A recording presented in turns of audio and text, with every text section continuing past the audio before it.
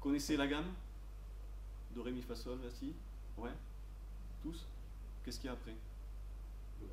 Do? Ouais, ça recommence. Et en dessous? Pareil? Ouais, si, la, sol, fa, mi, ré, do. Un do. Et le do à l'octave. C'est la même?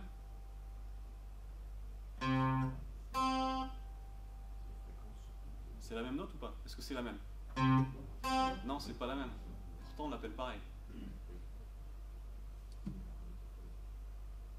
Ouais, on l'appelle pareil. Hein. Ouais. En fait, les notes de la gamme, elles sont cycliques. C'est pas les mêmes, mais elles sont cycliques.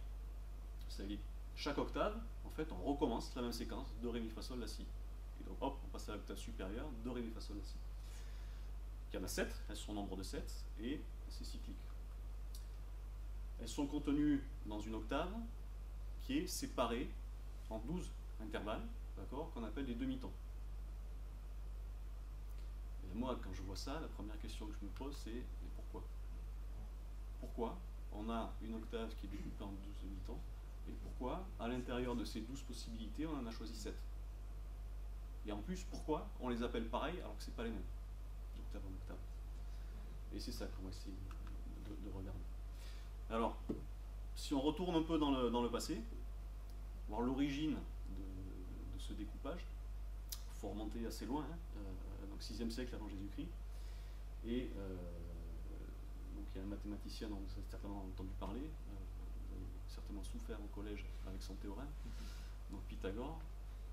Alors il n'a pas laissé d'écrit, d'accord, et sur les expériences sur la musique, ça a été retranscrit par d'autres auteurs, beaucoup plus tard, hein, donc on a Nicomaque de Guéras qui a décrit ses expériences au IIe siècle, donc je vous laisse imaginer le temps qui s'est passé, le bouche à oreille, les trucs, et dans quel état c'est arrivé.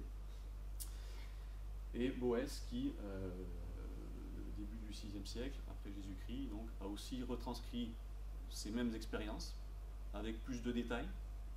Je vous laisse deviner d'où ils viennent aussi, les détails. Et ces trois expériences, donc il y a une expérience sur les enclumes, donc dans une forge avec des forgerons qui tapent avec des marteaux sur les enclumes, dont l'interprétation est pour le moins discutable, hein, suivant le point de vue qu'on adopte. La seconde, sur des cordes suspendues, donc je prends des cordes, je les suspends à un poids et je les fais vibrer en fonction du poids qui est attaché à la corde. Elles sont fausses. Et la troisième expérience qu'on va regarder aujourd'hui, c'est l'expérience des monocordes. Donc le monocorde, qu'est-ce que c'est? C'est un instrument de musique qui a une seule corde, d'accord. Sur un support, on va fixer une corde d'un côté, et de l'autre côté, on va la tendre à l'aide d'un poids. Et on va faire varier la longueur de la corde qu'on fait vibrer. Okay. Et l'expérience qu'il a réalisée donc à partir de ces cordes, il en a tiré des conclusions. La première, qui nous paraît évidente aujourd'hui, c'est que en fonction de la longueur de la corde qui vibre, j'ai un son qui est différent. Okay. Donc j'ai une relation entre la note et la longueur de la corde vibrante.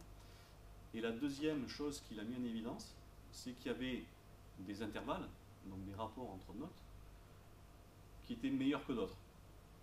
Ok, donc si voilà, je fais ça.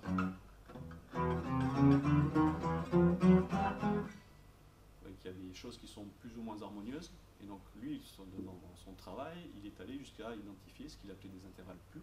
Donc dans ces intervalles purs, il y a l'unisson, j'ai la même note, il y a l'octave, ok, je suis en train d'appuyer sur tout en même temps, pardon, il y a l'octave, il y a la quinte, et la quarte. Et il s'est arrêté là, il a dit ça, les mecs, c'est du solide, on peut bâtir, il n'y a que ça de vrai.